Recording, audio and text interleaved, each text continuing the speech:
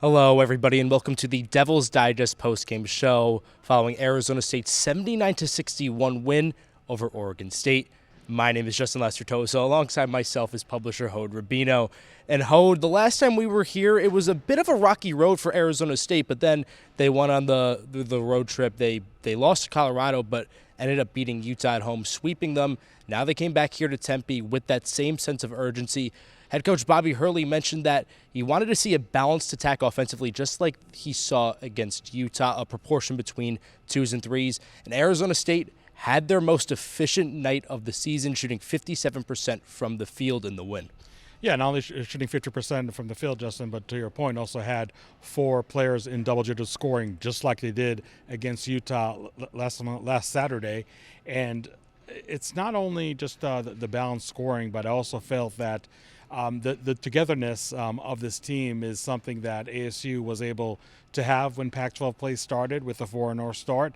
Really lost it in the following weeks, but I think now they're able to regain it back. And I think the biggest reason for that cohesiveness, or maybe the recohesiveness of this team, is Adam Miller, for the first time this season, started off the bench against Utah last Saturday, scored 14 points. And tonight, Jemiah Neal scores 21 points off the bench. Now, granted, Jemiah Neal, for example, played 31 minutes tonight, so putting the off-the-bench production has to be put in some kind of perspective. He actually came into the game, I think, just 3 minutes after tip-off. But nonetheless, I think that the message of Bobby Hurley is really broadcasting to its players to really recapture that cohesiveness, that chemistry that served them so well at the beginning of Pac-12 play. I think it is an element that really is coming back. So just really the quote-unquote usual suspects, Jose Perez, Frankie Collins, as I said, Jemiah Neal, Adam Miller, all them scoring in double digits. That was definitely impressive. Adam Miller also had a team-leading 5 assists. Jemiah Neal added 2 blocks. And I would be remiss if I didn't talk about the player who did not score any points and was in the starting lineup. Alonzo Gaffney was 0-2 from the field, both of them 3-point shot attempts, but led the team with 5 rebounds, did have 3 steals, also had 3 assists. So even the players that are not showing up on the scoreboard are really able to contribute in other ways. So to your point, Justin, definitely a very collective team effort. And ASU has proved for the upteenth time that when this team is able to really distribute the ball well, really have the offense flowing. They had 17 assists tonight, 23 fast break points. That's really the bread and butter of this ASU team. And if they can execute those elements night in and night out, it's really going to be a team that's going to be a tough out for any program in the conference. And Hode, you mentioned Jemiah Neal coming off the bench tonight, Adam Miller coming off the bench against Utah, Jose Perez coming off the bench against Colorado. These are some different starting lineups that we're not really accustomed to, but head coach Bobby Hurley himself said that he's trying to throw out different lineups to see different looks. And Adam Miller himself said it best: when your back's against the wall, just like Arizona State right now, you either crumble or you step up, and it seems as if everyone on the team has sort of bought in to this 2-game winning streak. Yeah, but I think Oregon is not a physical team like Utah by any means, but it's still a team that Bobby Hurley felt it was important to have both Sean Phillips and Alonzo Gaffney in the starting lineup. And maybe it's something that didn't work all that well because the big man for Oregon State, Bigelow, had 14 points in the first half alone. But I think in the second half, just the adjustments they're able to make, and more importantly, just the better effort that ASU had on that end of the court. Only saw Bigelow score 7 points in the second half. Their star player, Jordan Pope, only had 11 points on the night, 4 of 12 shooting. So I think that whatever combinations Bobby Hurley started with and then adjusted to throughout the game, it's just one of those nights that everything worked out pretty well for him. Now, let's be honest. I think the first half was a kind of weird one because ASU looked like out of the gates that they had this game well in control, but the first half ends on a 3-point shot from Jordan Pope, and it ends in a 33-33 tie. But in the second half, the increased effort by Arizona State on defense saw them embark on a 19-2 run over a span of 7 minutes in the second half, and that, needless to say, really just determined the fate of the game right there and right then. But I think that players are just really buying into the roles, really accepting whatever is needed from them, and that is something that is just really working in great harmony for Arizona State. I know that you look at a team like Oregon State, Justin, as a team that lost 15 straight contests in Tempe. So if you needed maybe to play a game to feel good about yourself, and I think they had legitimate reason to feel good about themselves to begin with after that win at Utah, a team that this time last week was still undefeated at home. So maybe wouldn't call the Oregon State game a bounce back game, but just to build on what they did against Utah, it doesn't hurt when you have a team that you absolutely dominated here in Tempe for over a decade, I guess, and a team that just really plays very, very, very poorly on the road.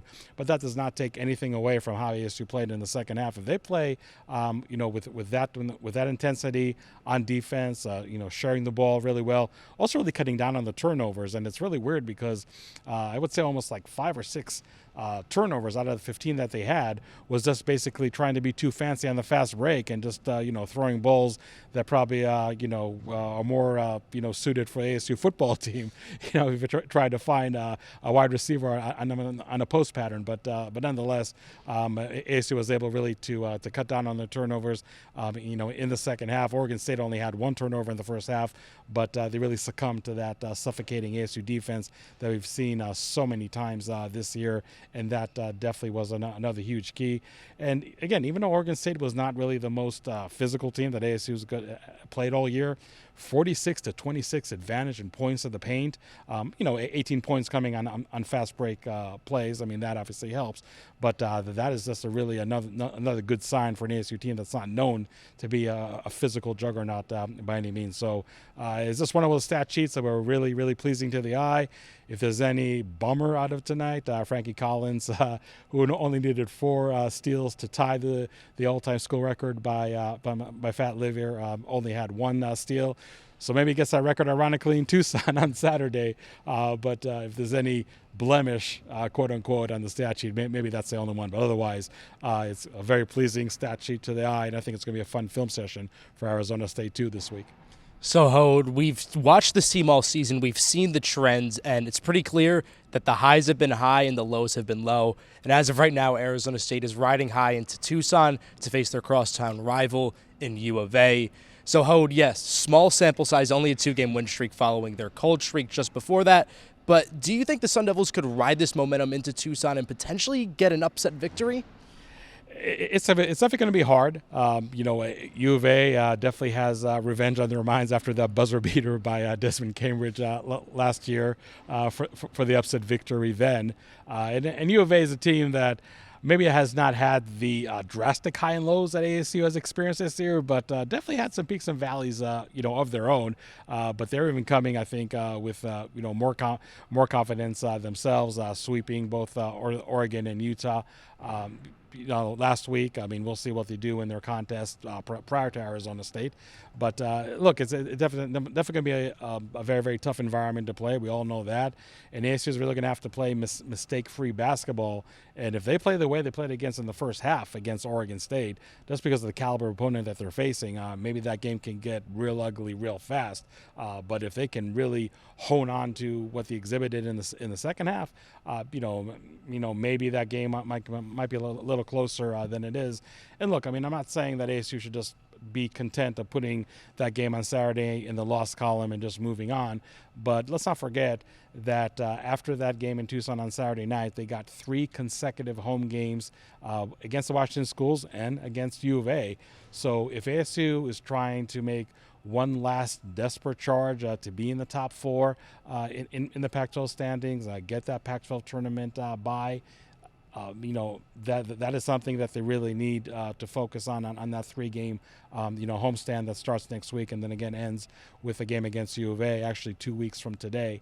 But I think that it's really important for ASU just to really exhibit a good performance in Tucson, and I'm not into moral victories. I know the team isn't either, but I think, coming into those Washington games, it's going to be a whole lot different vibe. If ASU gets blown out of the water, boat race by 20 points or more versus maybe losing by single digits, maybe really keeping that game closer for more extended times than you think they are. But, right now, ASU, like you said, after a really tough 5-game losing streak, a lot of losses in double digits, a win against Utah on the road last Saturday, a win tonight against Oregon State at home. Maybe this team is again regaining what they were able to exhibit when Pac-12 play started, but huge test in Tucson on Saturday without a doubt. All right, Hode, you said it best. Saturday's going to be tough, but if you're Bobby Hurley, you got to be happy about how this team has performed throughout the last 2 games, and now they're going to go into Tucson on Saturday to take on the Wildcats in the rivalry game of the season. To stay locked in on everything Arizona State sports related, go to DevilsDigest.com. Follow Devils Digest on Twitter at Devils Digest. We'll see you guys next time. Have a great night.